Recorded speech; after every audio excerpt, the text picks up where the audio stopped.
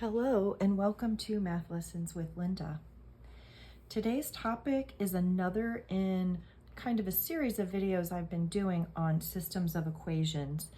And today we're going to tackle if you have a system made up of one quadratic, which would be like a parabola, something with a squared term, and a linear equation, so a line. Here are the two equations we'll be working with. Y equals x squared minus 5x plus 7. That's our quadratic because it's got the squared term. And y equals 2x plus 1. So first of all, if I have a quadratic and a line, there's a couple of things that can happen. If this is my parabola, I could have a line that cuts through my parabola so that it intersects in two places. So for a system like this, I could have two solutions, potentially. I could also have a parabola where a line maybe just touches it, like it's tangent. So there's just one solution. Or I could have a parabola like this, and I could have a line that just it's underneath it and it never even crosses through. So there would be no solutions at all. So there's three different possibilities we have to keep in mind when we're solving this kind of a system. And the other thing is that on this type of a system, we have to use substitution. So what it's easiest to do if possible is to get both of your equations equal to the same variable. And in this case, I gave it to you where they're already set equal to y. So once we have this given to us, or we put it so that it is equal to the same variable, what we're going to do is just take, I like to take the line, it's a little easier. I'm going to take the 2x plus 1, and in the other equation, wherever I see a y, because this is also y, I'm going to substitute that in. So I'm going to have 2x plus 1 in place of this y equals x squared minus 5x plus 7. So using substitution, I immediately get rid of one of the variables, the y, and everything else is an x, much easier to deal with.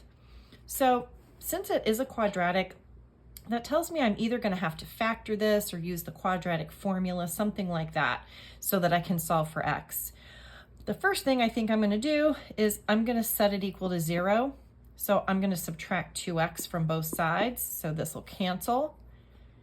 And I'm going to subtract the constant, which is the 1. So I'm going to have 0 is equal to my x squared term. I'm going to combine my x's, so I get a minus 7x. And then I'm going to combine the 7 and the minus 1, so I get a plus 6. So 0 equals my new quadratic that I'm going to factor. Now, I'm always going to try factoring first. So set up your two parentheses. I'm going to split up the x squared, have an x and an x. So 6 has a couple factor pairs, right? 1 times 6, 2 times 3. And I'm looking for the pair where I'm going to get a 7x. So it's going to be the 6 and the 1. So I'm going to put those in. I need it to be a negative 7, so that tells me each of these has to be a negative, because negative times negative is also how I get a plus 6. Once we're here, we take each of these and set them equal to 0. And these are easy because we're just going to add over the constants. So I get x equals 1 and x equals 6. Now, what this tells me is that, hey, guess what? I have 2 points where this line is going to go through the parabola. And one of them is where x is equal to 1, and the other one is where x is equal to 6. So to get the y values that go with that, we're going to plug them back in, and we're going to find those other coordinates. So I'm going to use the line, right? Y equals 2x plus 1. And first I'm going to plug in the x equals 1. So that means y is equal to 2 times 1 plus 1. So I'm going to get y is equal to 2 plus 1 is 3. So the 1 and the 3, that's one of the points where the parabola intersects the line. The other one is going to be where x is equal to 6. So So y is equal to 2 times 6 plus 1. 2 times 6 is 12 plus 1 is 13. So my other point is 613. If you have a graphing calculator, you can go back to verify your answers, plug in both of these equations that we started with, and go look at the table and see if you get these values. If you don't have a graphing calculator, you can take the points. You can now plug them into this other equation that we did not use. Make sure that you get true statements. That's another way to verify.